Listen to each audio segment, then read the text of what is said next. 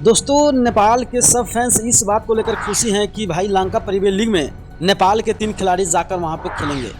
मगर मैं इस बात से खुश नहीं हूं कि नेपाल के 3 खिलाड़ी खेल रहे हैं, बल्कि मैं इस बात से खुश हूं कि नेपाल के 2 खिलाड़ी ऑलरेडी अगर कहा जाए तो भाई बड़े बड़े लीग खेल चुके हैं। यानी कि विदेशी लीग की अगर बात किया जाए, बीपीएल का बात किया जाए, बीबीएल का बात किया जाए या चाहे पीएसएल का बात किया जाए, बहुत ऐसे खिलाड़ी हैं जाकर वहाँ पर खेल चुके हैं और अपना अनुभव भी दिखा चुके हैं।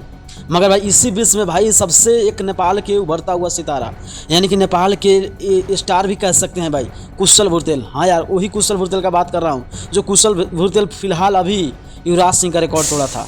यानी कि युवराज सिंह का रिकॉर्ड ही नहीं तोड़ा था, यानी कि साबित किया था कि हाँ यार नेपाली कुछ अलग करता है। और इतना ही नहीं दोस्तों, मैं आपको बता दूं नेपाल के जो कुशल भुरतेल भाई खिलाड़ी हैं, भाई साहब उनको पहली बार विदेशी लीग खेलने का मौका मिला है, जो कि भाई ये बहुत बड़ी बात हो गई, बहुत बड़ा अचीव हो गया। क्योंकि देखे ही दिनों में हम लोग देखे थे कि भाई भुरतेल की अगर बात किया जाए तो बेहतर बल्लेबाजी करके दिखाए हैं और जहाँ पे ज़रूरत पड़ेगा वहाँ पे गेंदबाजी भी कर सकते हैं। यानी कि कहने का मतलब कि कुशल भुरतेल भी आने वाले दिन में एक बड़ा नेपाल के खिलाड़ी बनने वाले हैं। और इतना ही नहीं, नेपाल के 4 खिलाड़ी ने ड्रॉप में नाम दिया था, मगर 4 खिलाड़ी के कुशल गुलशन झा की बात की जाए तो उन्होंने उसमें सिलेक्शन नहीं हो पाए, मगर नेपाल के 3 खिलाड़ी सिलेक्शन हो गए। और इतना ही नहीं, सबसे खुशी की बात है कि दीपेंद्र और संदीप लामेछा ने एक ही फ्रेंचाइजी से खेलेंगे।